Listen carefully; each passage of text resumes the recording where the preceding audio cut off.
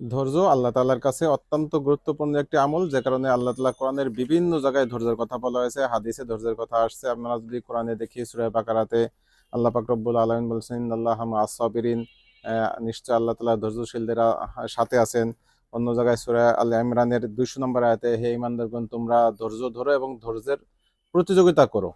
আবার সূরা আসর এখানেও ধৈর্যের কথা বলা হয়েছে, যে এখানে আল্লাহ তাআলা শপথ করে বলছেন ওয়াল আসরি, নিশ্চয় আসরের কসম, যে সকল মানুষ ক্ষতিগ্রস্ত, তার ভিতর থেকে কয়েক কিসমের মানুষকে, কয়েক শ্রেণীর মানুষকে ক্ষতি মুক্ত করেছেন। সেই কয়েক শ্রেণীর ভিতরে একটা শ্রেণী আছে ধৈর্যশীল।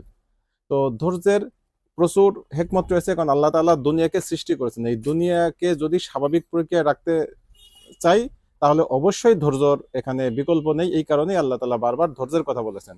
বেসিক্যালি ধৈর্য দিয়ে আল্লাহ তাআলার কোনো ইবাদতের কোনো সম্পৃক্ততা নাই, কিন্তু ধৈর্য ধরলে আল্লাহ তাআলার যে উদ্দেশ্য, সেই উদ্দেশ্য সাধিত হয়।